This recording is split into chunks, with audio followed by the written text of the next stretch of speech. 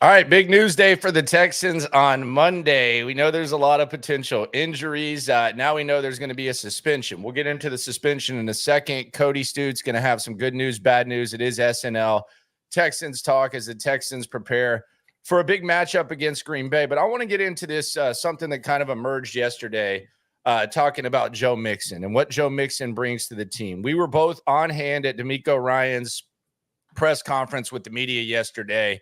And he brought up Joe Mixon being one of the best competitors he's ever been around, which is really strong praise. Here was what D'Amico had to say about that potentially being contagious. Here was the head coach of the Texans yesterday. Talked about Mixon being one of the best competitors that you've ever been around.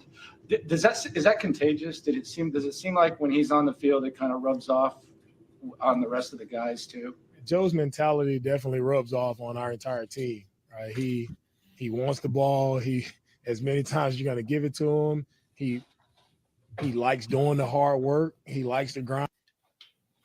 Work. Like he's a physical runner. He plays the game with a passion that's just unmatched. And that does rub off on the entire group. It rubs off on the offensive line. It rubs off on the quarterback. It rubs off on the defense when you see him running people over, playing physical, so it uplifts our. All right, and that's the intangibles. The production is obvious. I said this yesterday. I got a little bit of pushback. I think that Joe Mixon is the second most important player on this team. I started out as saying on the offense, I think Joe Mixon is C.J. Stroud's obviously number one. I think Joe Mixon is the second most important player on this team. Do you agree or disagree with that? I'd have a hard time disagreeing just because it's not necessarily that I think he's just like Nico Collins has, best wide receiver in the NFL potential, it feels like, through to the start of this season. Like most statistically impressive, hard to defend. Teams just seem to lose him. But he's got two really good players behind him. So I think the argument part of Mixon's the argument for Mixon that gets helped the most is the guys behind him stink. Like Stefon Diggs and Tank Dell are more than serviceable. We have no idea if Dameon Pierce is serviceable at this point in his career. The last year plus tells us that he isn't. I know he had a good game a couple of days ago, but there's no serviceable, even replacement level player behind Joe Mixon. That's the strongest part of this argument. Well, and I actually have 5 reasons why I believe that Joe Mixon is the second most important player. And number one just starts with this. And I think this is kind of alarming. Not alarming, but I think it kind of puts in perspective. He's been as elite as Nico when he's played a full game. Mm-hmm. Like Nico Collins leads the league in receiving. We've seen Joe Mixon play 2 full games, and both times he's been elite.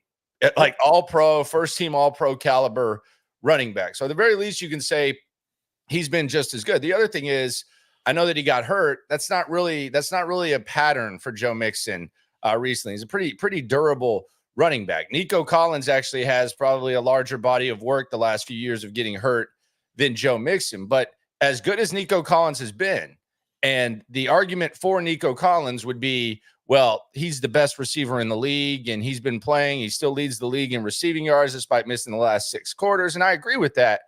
But let's be honest. When Joe Mixon's been out there for full games, he's been just as good at his position as Nico Collins has at his. Yeah, even as you talk about the injuries, Joe Mixon missed 3.5 games. Nico Collins is going to miss 4 games plus the half game that he missed. So, the injuries are going to be a negative on Nico's side, even from this season, not to mention the history that the two players have. Mixon's as much of a bell cow running back as just about anybody. So it was a rarity. It was out of the ordinary to have him miss as much time as he did. Reason 2 would be the depth behind him. You mentioned it. The guys behind him stink is what you said. They don't run the ball when Joe Mixon's not in the game. I know Dameon Pierce had the long run. They don't run the ball. Oh, they run the ball. They just don't run the ball well. They don't run the ball well. Well, actually, guy. They don't even run the ball okay when he's not in there. Yeah, but you have Diggs and you have Dell behind Nico. So you're able to function without Nico at a higher level when it comes to that position group as opposed to running back. Reason 3, we just heard D'Amico Ryans talk about it. The intangibles. Look at those intangibles. He just said it was contagious. The Joe Mixon intangibles are second to none. He is the energy, they feed off of it. The confidence, they feed off of it. The competitiveness, they feed off of it. And you just heard the head coach say it himself. So I think the intangible factor from Joe Mixon, a lot of this has to do with experience. I mean, I'm sure he's always been cut from that cloth, but it has to do with experience. Reason 3, there's an intangible element that is contagious throughout the team whenever Mixon is out there. This is something where I don't know that Nico Collins could ever really eclipse Joe Mixon. It just, they're different personalities. They're different types of players. Nico Collins is very much, I'm going to let my play do the talking. He doesn't say anything that's too far off of, coach speak during the week. He's not calling out defensive backs. He's not saying these guys can't cover me. Nico Collins is show up, go about your business. That's it. Maybe he gives you a big point after a first down. Joe Mixon is just all energy. That point again? What's that? Let me see that point again. He does the little. Okay. All and right. then Diggs and Dell do the. Yeah. Okay. Yeah. Man, you made that look bad. Well, I'm obviously not an NFL football player, so I'm going to make a lot of stuff they try to do look bad. Missed my whole point now. Mixon is a ton of energy, and then he focuses it, and it becomes like this intensity that he brings to the game. Nico Collins is just tough to defend, and doesn't feel like he, radiates the same intensity that Mixon does. And to be in the game, to be clear, you need guys with both personalities. Like it's not. Yes, you need a good mix. It's not necessarily a knock, and you probably don't want, 50 plus guys with that same personality. And more times than not, if the veteran is the one that has that personality and the younger player like a Nico is willing to follow, that's not necessarily a knock, but it is an element that I don't think you ignore when it comes to a player like Mixon. Reason number 4, he's been where you want to be, and he hasn't reached the goal. And I actually think that's a good thing. I actually think that makes it even more valuable. We've seen guys like put other teams over the top. The example I'll use, and they're in a bad place, but in the 90s, maybe I'm dating myself. I think we have a lot of 90s babies that are actually in this chat, but in the 90s, there was a defensive end from San Francisco named Charles Haley. He used to slap his teammates with his wiener, pee in their cars, all that type of stuff. He was crazy. But he had won multiple Super Bowls with the 49ers, and the Cowboys had a young team that really didn't know what that felt like. And Charles Haley came to Dallas. They ended up winning 3 Super Bowls. And that there's kind of some value in having someone who's been there. I think there's even more value in having someone who's been where you want to be and not reach that goal, because Joe Mixon and Stefon Diggs have both been very close to winning Super Bowls, and neither one has. So it's not just a, hey, follow me, I know what it takes. It's a follow me, I know what the grind is, but I'm still just as hungry, probably more hungry because I don't have as much time as you. Yeah. I'm even more hungry for this goal. And I think you can sprinkle Diggs in on this, but we're talking about Mixon. I think the fact that he's been there and has come up a little bit short, I think that even adds to the value of what Joe Mixon brings into that locker room. And where Mixon is in the pecking order of his position too. Like Nico Collins is still very much establishing himself. He had a really good year last year. That was the first good year of his career.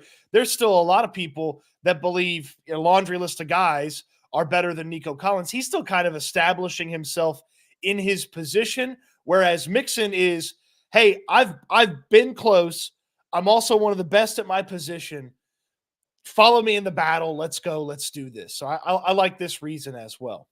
Yeah. And then reason number 5 would be, and it's one of my favorite journalism lessons, follow the money.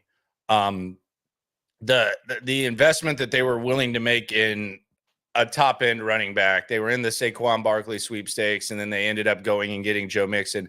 They knew how important it was to get a top end running back here. And they knew how important it was to get kind of a bell cow.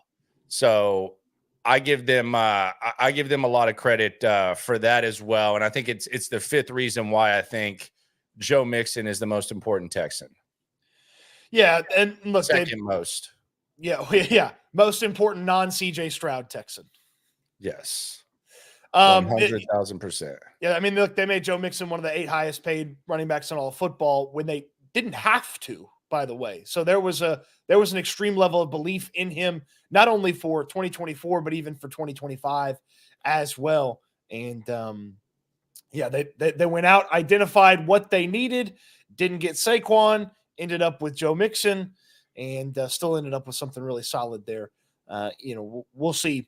I mean, at the end of the year, when the stats look there, you can't predict injuries. But if Joe had been healthy and he plays like this through 3.5 games that he missed, he'd have been pretty damn good. I mean, like a steal almost. It is SNL Live, Landry Locker, Cody Stoots. We'll localize the big news that just dropped in the NFL as well in a second. The Texans are going to see Davante Adams, it looks like, in a few weeks. He's being traded to the Jets. Diana Rossini, who's dominated the Texans beat in the offseason, she's on top of it. We'll localize that in a second. But first, the news yesterday, after I give Mario Edwards Jr. all these flowers, he gets popped for violating the NFL's substance abuse policy. Cody Stoots is going to attempt to find some good and bad from this. But before he does, I just want to say this. What kind of flowers did you give him, my friend? Whatever, it doesn't matter. There's no THC testing in the NFL. So it was definitely not that high-grade marijuana called Kush on the streets. Did you know what that was? It was not that either. But here's the other thing about this. Here's the other thing about this. I don't care if he did heroin, crack, crystal meth, Xanax, whatever. I still appreciate his services for those 6 games that Nico Autry was out. So this changes nothing about my appreciation of him holding it down with the Nico Autry. It changes nothing. Well, I almost wonder if the Texans might end up creating something that NFL teams try to replicate, is like big guy vacations. Autry got one to start the year, and then he's going to come back, and then it's pedal to the metal, full speed through the rest of the season. Edwards starts fast. He's going to get a little 4-week vacation, and then he'll come back, be fresh for this, down the stretch. The big guy vacations for the defensive linemen. It stinks because Edwards has been playing really well. Like, it's not like this is a guy that had one big game and you're like, oh, there could be something there. Now, he put together really solid performances and then had a really big game this past Sunday. It's a guy that they trust a lot. It's a guy that they play a lot. And now he's out of the rotation. And yes, I know Nico Autry is coming back this week, but that's also a guy that hasn't played football since January. So it's not just Madden where you just plug the guy in. Like, there is going to be a little bit of like, hey, get into football shape, get a couple of hits on the field, let's go. It's not an immediate fix. Obviously, I would think Autry's going to get up to speed pretty quick, but they played Edwards a ton and liked him a lot. And so this is unfortunate. Everybody's got their, everybody had their jokes, and me included. I mean, this could be as something as serious as cocaine. This could be something as simple as that's in your system for 3 days. Like, there would have to be some sort of tip. Cocaine it's a 3-day drug. That's why I'm just giving the people the range of kind of I'm giving the people a real education. Like, the reason that people develop coke habits a lot of times in the business world that take piss tests is because it leaves your system quickly. So if you want to party on a Friday night and do a lot of blow, and you think you're going to have like a test on a Monday or Tuesday, you do coke instead of weed, especially when the consequences were the same. And that was kind of what was effed up. But if it's coke, that's a 3-day thing. Well, I'm just giving people a range of what kind of, like, they test for cocaine, synthetic marijuana, opiates, PCP, ecstasy, Molly, MDMA, whatever the official, title for all that is. And then it could be something as simple as Adderall, which half the United States uses. So, NFL players, Adderall guy? I am not. Okay. It never really worked well for me. I also probably didn't take a big enough dose for the size of a human that I am. Sports Talk with D, swarming the super chat. You ain't never hate. Swarm. He says Davante Adams traded to the Jets. Good morning. That is a fact, man. That is a fact. Yeah, see, Houston Stressens knows. See this, he knows. They started drug testing in high school, so all the normal pot smokers started doing blow instead. LMAO. Those tests can be. When it was the same, it was like, oh well, maybe I should up my game. I'm not going to buy the dime bag from Johnny on the field after school. I'm going to have to go to Johnny's older brother's older cousin, and I'm going to have to awkwardly get some Coke. This is all just hypothetical, but I'm just saying. I didn't know NFL players couldn't take Adderall. I think that's ridiculous. I mean, they got to study. Well, you can take it if you get it prescribed. Yeah, I mean, how many people take Adderall as prescription? How many people take it as prescribed? A lot. What do you mean? A lot. When I say as prescribed, I mean only take exactly what you're supposed to. Oh, but if it's in your system, it's in your system. I mean, if you're prescribed, don't let Cody. Let me just say this, okay? Let me just. I'm over here trying to give Mario Edwards let me just out, and I don't care what drug he did. And you're over here giving us cocaine. Let me just do this for the people, okay? This guy's kind of a square, so don't listen to anything he says about drugs, okay? He's kind of a little bit of a square. He was one of the hall monitors in high school. No, it wasn't. And he was in the say no to drug club in college. So don't when it comes to football, this is your source. When it comes to the written word, this is your source. When it comes to the Texans, this is your source. I don't care about the drug culture. This is your source. When it comes to drugs, stay away. Say no to Cody when it comes to getting drug information. What was in your Diddy party bag when you got your shirt? Did he give you any drugs too? I don't know. Something that I definitely don't want you to break down. Yeah. I'm not breaking anything down. I'm telling the people what you could have got suspended for if you're Mario Edwards. And I think it's ridiculous that Adderall's on the list. That's my point. Davante Adams. He has been traded to the New York Jets. It looks like it's going to be a conditional third that can become a second based on performance. So Davante Adams is a Jet. He will likely be on the field when the Texans take on the Jets. And what are we, 16 days away from that? Yep. 16 days, Texans versus Jets. Let's localize this. What are your thoughts on Davante Adams going to the Jets? Well, it's not a team to me that looks right now is going to be competing for a playoff spot. Yes, it's a team the Texans are going to play, but it's not like it turned into some team that you may see twice. The worry for me was Davante Adams was going to end up on a team that not only you would play, but then you would see again in the playoffs, potentially someone like the Baltimore Ravens or even the Kansas City Chiefs. I know the Raiders and Chiefs don't love each other, but you could pay and make it right. But he ends up on a team that you'll see once. The Jets are not going to make the playoffs. This does not save their season. This does not change a whole bunch of stuff for the Jets. Does it make them a more difficult opponent on a short week on Halloween? Absolutely. And I would think he tries to play this week, sooner rather than later. And Monday, he's been taking the injury for a little bit, right? Yeah, he's healthy, so I'm not worried about that. If I'm the Jets, and get him in there, he knows Aaron Rodgers. Get him as much of the playbook as you can. Get him up to speed, so he'll have 2 games under his belt prior to the Texans playing him. And I sure hope that by the time that game arrives, Kamari Lassiter is back because. Derek Stingley is going to – you need Derek Stingley and Kamari Lassiter if it's going to be Garrett Wilson and Davante Adams. Yeah, I look at this as just kind of weird. I mean, I just like the Jets, like you've already sold your soul to Aaron Rodgers, and I'm not even saying like it's the craziest thing.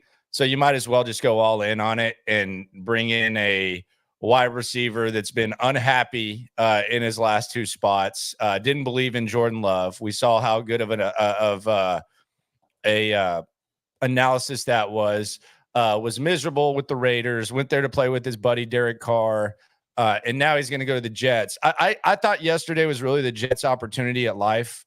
I thought it was a chance to win a game and basically say, see, Robert Saleh, it was all his fault. This is what was holding us back. And I still think there's a little bit of an element of that. Jake Asman's kind of my source. It does feel like, they looked a lot better type of thing, which is pathetic if we're being honest. But I don't look at this as like that big of a move that's going to swing the way really that the Jets even perform. And the thing for me is, you're doing this in the middle of the season. It's not like there's going to be a training camp. I know they played together for a while, but now you're going to have to figure out like all this young talent that we were gassing up with the Jets a few years ago, rightfully so. How do they fit into this whole thing? Is it just going to be the Aaron Rodgers, Davante Adams show, like the old band out there trying to do their thing? Like, what do they do with Breece Hall? What does this mean for Garrett Wilson? Maybe it helps them, but I don't look at this as like, oh, the Jets are going to make. I still think that it's going to be an uphill battle for the Jets to make the playoffs. I mean, they have a worse record than the Miami Dolphins right now, and the Dolphins stink to high heaven. Like they've got a long road. They're 2-4. If they've got to get to 10 wins, this is something that you did with the Texans. Hey, to match last year's record, they got to do this after this. They're 2-4. They got to get to 10 wins. Like, find me 8 wins in the rest of their schedule. There's some winnable games, but I can't sit here and tell you check mark. They got 8 dubs left on this schedule, even with Davante Adams and Aaron Rodgers. He just looks fickle out there. Like he's one big hit away from going back on injured reserve. I think if they would have made this move in the offseason, I think I would look at it completely different. I think in season it's a little bit different than doing it in the offseason. 2 weeks ago, it would have made more sense. Like it obviously makes sense now. It's the go for it. It's the all in. Why not at this point? But the moment he felt like his hamstring was iffy in Las Vegas, they should have called and made this deal. You should have made this deal 2 weeks ago. I do think that's going to be a tough game, though. I think the Texans might actually be underdogs in this game, just because it's a short week. It's a tough place to play. A lot of energy, a lot of stuff going on, and we'll see what this looks like. I know Aaron Rodgers is going to be thrilled about this. So, yeah, there you go. Jerome says Adams with Rodgers is scary. Yeah, it was. I mean, it was definitely scary a few years ago. There's no doubt about that. But beating Buffalo helps a lot, and right now you're 5-1, so you kind of have the margin for error. We'll see what it looks like. But the Texans, I'll say this: Kamari Lassiter, if he's not ready to go, that's going to be a problem, because I can promise you, whether it's Wilson, whether it's Adams, D'Angelo Ross is not going to go unchallenged when Aaron Rodgers is on the field. Oh, God, no. That was, I mean, and maybe that's Fudge Pop OC.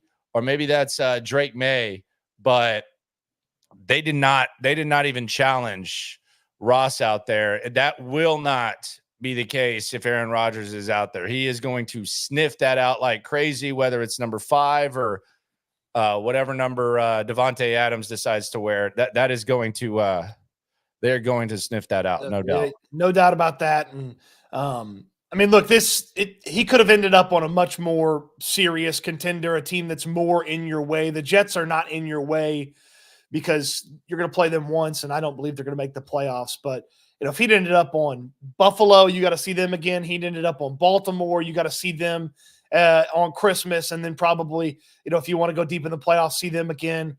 Or Kansas City, and again, I know it's Raiders and Chiefs, but you could have pried him away if you were Kansas City. Figured that out. But obviously Adams has his desire to play wherever. I mean, he's annoying, dude. I didn't really like. He was the one guy I liked him like off the field a little bit on receiver, but he was kind of a little bit annoying in the series, to be honest. Gustavo says, do y'all think the Texans can do to Rodgers what we did to Allen? Maybe Harris is back for this game, maybe Okudah. I would not bring Harris back for the Jets game. The other thing is, it's kind of like the Nico approach. If Harris comes back next week, are you going to ask him to play 2 games in 5 days? I think they're factoring that in with their Nico decision. I think they're factoring it in with the Harris decision. Yesterday, D'Amico didn't really want to talk about the Harris thing, or he was kind of just effing around. I actually think it's counterproductive to what he thinks he's doing. I think once you dismiss Christian Harris from practicing on Monday, people shut up about it. I have no problem being secretive about injuries, but at this point, it's almost putting him in position to where, because you've been so secretive about it, people are almost like, whoa, how is he still out? I think he's still out because he's more hurt than they wanted to say he was, which we were saying the whole time. Okudah, I could see Okudah back. I could see Okudah back relatively soon. I think Okudah, I think Okudah will be back sometime by the end of the month. If I had to guess, doesn't give me a tremendous amount of confidence at cornerback too. That's, if it's not Lassiter, but it's more than I have in D'Angelo Ross with Jeff Okudah. Why did the Jets have so many primetime games? Come on, man. You know the answer to that. Yeah. New York, no doubt. But yeah, the Davante Adams, they're definitely better, I think. Are they? Yeah, maybe. Yeah. They're definitely better. Yes. Probably. Certainly. Yeah, they're better. Yeah. Certainly. We'll see how this goes. It's gonna be an interesting dynamic. Now all of a sudden you got Davante, Aaron, all that. Aaron Rodgers is the coach at this point, right? Pretty much. Like the offensive coordinator, the coach isn't like stepping in there and saying, "Hey, this is how we're gonna do it." Like this is basically Aaron Rodgers' ship, right? Not that that's breaking news or anything. Right. You want to hear something funny about this? Sure. Davante Adams is already in the building with the Jets. Diana Rossini reported he's already there. What? Diana Rossini Physical or reported, what? I guess for the physical, and then hey, pick out your locker, and here's where everything is in the building. But he's already in the building. So at some point in the past 24 hours, he had to fly to New York to get ready for this moment. He had to know it was coming. So I thought that's strange. Yeah. How many players are we going to have featured in ads that we see during football games that haven't been playing? McCaffrey hasn't played once, and he's been in the McConaughey Uber Eats ad that makes me laugh every time. Jerry's eating rice.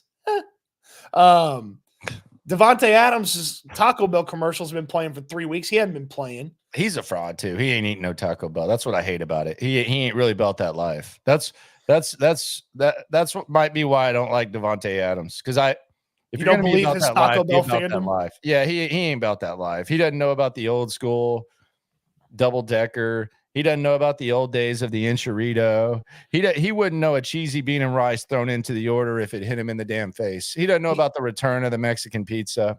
He's never been in the drive-through at 3 a.m. in the morning, dropping $25 at the Taco Bell. He doesn't know about that handful of mild sauce and fire sauce and how unstingy they are with the sauce at Taco Bell. He don't know about that. He doesn't know about the time that they started putting goofy little sayings on the sauce. Nah, he doesn't know about that Baja Blast limited edition that you can only get at Taco Bell. He don't know about that. He don't know about the difference between a Nacho Supreme and a Nachos Bel Grande. He don't know about that. He doesn't know about the old days of the Pintos and cheese when you could just get the Pintos and cheese right there and do whatever you wanted to do. He don't know about that. He doesn't know about the Frito Burrito. He doesn't know about the Frito burrito. He damn sure. He doesn't know about when Hakeem Olajuwon and Shaq were going to play one-on-one, sponsored by Taco Bell, and the game never happened. He don't know about that. That's unfortunate. That never happened. Yeah, never did. He has no idea. Dang, Cody, 25 at Taco Bell. Tell me that's for other people too. Landry, you want to tell the people if that's for other people or what was that challenge? I did that challenge I did it on air, and it's typical 6'10". They don't push much, so they don't really know how to showcase even Super Bowl trips. But they man, what was it? The guy said he spent $30 at Taco Bell or something. Oh yeah, he was the guy on the news. Yeah. Dude, I ate $30 in Taco Bell one segment. Yeah. One segment, man. Which I don't think that should be showcased. I take that back. Don't showcase that. That's kind of pathetic. Well, being honest. You used to be able to get a tremendous amount of food for $25, $30 at Taco Bell. You could eat for days if you wanted. Now you can line up. Did you see what they have in their app? Did you see this? They have in their app. Yeah, they customize your combo. Okay, I guess. Why do I need that? I can order myself. What's for novices? You look at the price and you pick. I have $10. Here's what I can get. Yeah, but if they can do it for you and then you just hit a button to order it and it's ready when you drive up, that's pretty convenient. Yeah. All right. So to reset the question, I know technology's hard for you, so you probably don't even know how to download the app. So no, it is. Look, I'm just saying that sometimes it's a little unnecessary. That's all I'm saying. Do you know exactly what you could get for $20 at Taco Bell? What I could get? Yeah, Yeah. you probably get like you could probably get the Mexican pizza, taco supreme combo for like 11. You could throw in a cheesy bean and rice for like 150. There's 12.50. You could probably throw in, I mean, you throw in a quesadilla and right there's 20, but it just depends what you want to do. There's a lot of options. Appreciate y'all for coming through. Is Joe Mixon the second most important Texan? I don't have a good argument to say he's not. Is Mario Edwards going to come back and contribute 4 weeks after this? I certainly believe so. And Fadakasi and Settle and Khalil Davis will have to hold it down in his absence along with Nico Autry. Does Davante Adams to the Jets scare you? No. There you go. Appreciate y'all for coming through. Be sure to subscribe. Be sure to like. Be sure to ride along. Be sure to always remember, sometimes we go off the cuff because of Davante Adams. He did this Taco Bell thing, not me. When it comes to this Texan stuff, we're all in it together.